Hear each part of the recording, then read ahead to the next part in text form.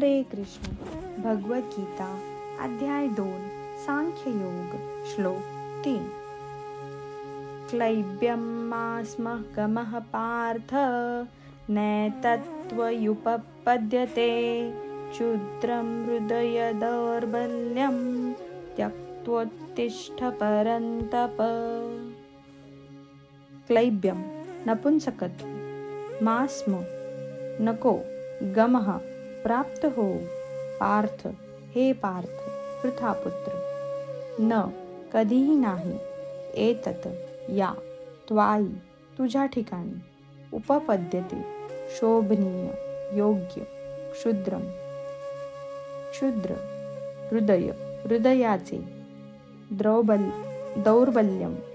दौर्बल्य त्यक्त्वा सोडून, उत्तिष्ठ उठ, परंतप हे परंतप शत्रूला त्रस्त करणारा.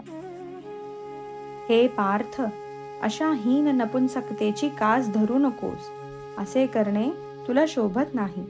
अंतकरणाचे असे क्षुद्र दुबळेपण सोडून दे आणि हे परंतप उठ. तात्पर्य: अर्जुनाला या ठिकाणी पृथेचा पुत्र म्हणून संबोधण्यात आले आहे. श्रीकृष्णांचे पिता वसुदेव यांची पृथा ही बहीण असल्यामुळे अर्जुनाचे आणि श्रीकृष्णांचे रक्ताचे नाते होते. जर एखाद्या क्षत्रियाचा पुत्र युद्ध करण्याचे नाकारत असेल तर तो केवळ नावापुरताच क्षत्रिय राहतो, आणि जर एखादा ब्राह्मण पुत्र अपवित्र कार्य करत असेल तर तो सुद्धा केवळ नावापुरताच ब्राह्मण राहतो. असे क्षत्रिय आणि ब्राह्मण म्हणजे पित्याचे अपात्र पुत्र होत. म्हणून अर्जुनाने याप्रमाणे अपात्र क्षत्रिय पुत्र होऊ नये अशी श्रीकृष्णांची इच्छा होती. अर्जुन हा श्रीकृष्णांचा अत्यंत जिवलग मित्र होता आणि श्रीकृष्ण रथावर प्रत्यक्षपणे त्याला मार्गदर्शन करीत होते. परंतु या सर्व गोष्टी अनुकूल असताना जर अर्जुनाने युद्धाचा त्याग केला तर ते त्याच्याकडून अपकीर्तिकारक कार्य घडले असते. म्हणून श्रीकृष्ण म्हणतात की अर्जुनाच्या ठिकाणी अशा प्रकारची प्रवृत्ती असणे हे त्याच्यासारख्या व्यक्तीला शोभण्यासारखे नाही.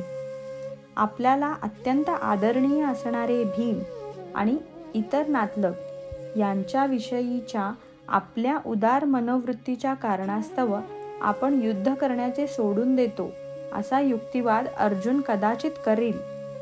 पण श्रीकृष्णांच्या मताप्रमाणे अशा प्रकारचे औदार्य म्हणजे वास्तविकपणे मनोदौर्बल्यच आहे.